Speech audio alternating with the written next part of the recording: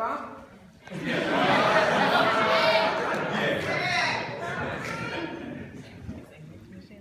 Trayvon Martin, Walter Scott, Mike Brown, Freddie Gray, Sandra Bland, Tamir Rice.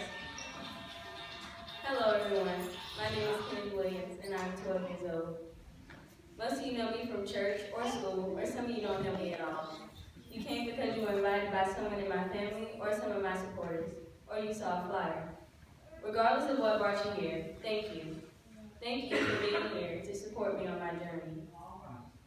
This journey began because I've seen so many of my people, Black women, Black men, and Black children, fall victim to brutality in law enforcement and untreatment because of the color of their skin.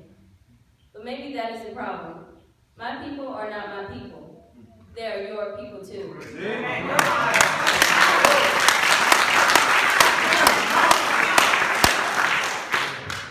I would like to take this moment to say that I love all races, and that is how I came up with the name for this day, Races Unite. The Bible says in 1 Corinthians chapter 1, verse 10, I appeal to you, brothers and sisters, in the name of the Lord Jesus Christ, that all of you agree with one another, and that in what you say, and that there be no divisions among you, but that you be perfectly united in mind and thought. And here is my story. Imagine me sitting in my living room with my mom and sister, waiting for my dad to come home. It's the holiday season, it's warm and comforting, and it felt like home. Me and my sister were watching TV while my mom was on the phone with my aunt. I saw my mom jump off the couch. I turned my head in her direction as my hair splattered back into my face. In a glimpse, I saw blue flashing lights. This couldn't be my father being pulled over. Not like what I saw on social media. Not like what I saw on TV. Me and my sister ran to the door behind my mom, but she insisted we go back inside. But we still peeked through the window. I watched my dad pull into the driveway with 2 cop cars behind him.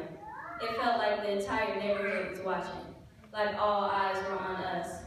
The blood rushed to my fingertips and I started to become angry. I heard my dad and the cop arguing about how the police said he didn't put on his signal in a left turning lane only. After a few minutes of going back and forth, it was finally over and the policeman left our driveway. As my dad walked into the house, his face said it all. There was a look of disgust, anger, and even defeat. I grabbed him and gave him a huge hug. It gave me a wave and comfort and thankfulness that we weren't crying and rushing to the hospital like so many other Black families have done. Yes. That night, we talked about what happened. We decided not to dwell on it. After all, it was the holiday season. But who would have thought that less than 7 days later, we were coming home from church. We took 2 separate ways home because my dad was in his car and me and my sister rode with my mom. My grandmother was on the car speaker. No one had the police on their mind. My head was down as I played a game on my phone. I noticed my mom stopped in the middle of the road, and this time her gas was followed by, oh my God. I could only hope it wasn't the cops again. But when I looked up, to my disbelief, it was. This time, there were 3 policemen.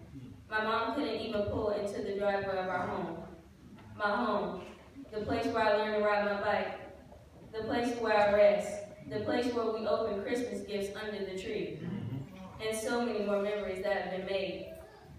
So as our car was in the middle of the road, my mom jumped out to find what was going on. I sat there. My heart felt like it was beating out of my chest. My lips were sealed, and I had nothing to say. I felt the tears roll down my cheek. I kept wiping them faster and faster, trying to stop them from coming, but all they did was fall like rain. I sat still, preparing myself to hear the boom, and the shells of the bullets hit the concrete, waiting to hear my mother scream and fall to her knees to my dad. But it never happened, and I'm grateful for that. And this time, yet again, no ticket was ever issued. Just another case of driving while Black. When we were finally able to get into our house, I fell into my dad's arms. My entire body was shaking. Again, I could feel the anger radiate off of him. My mind was racing. What can I do? I can't just let this go. And so that leads us to today.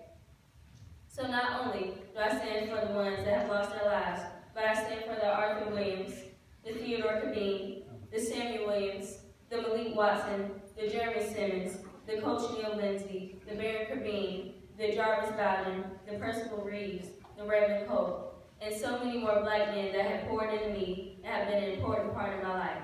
So don't let today be the only day we fight. Let every day be the day that races unite.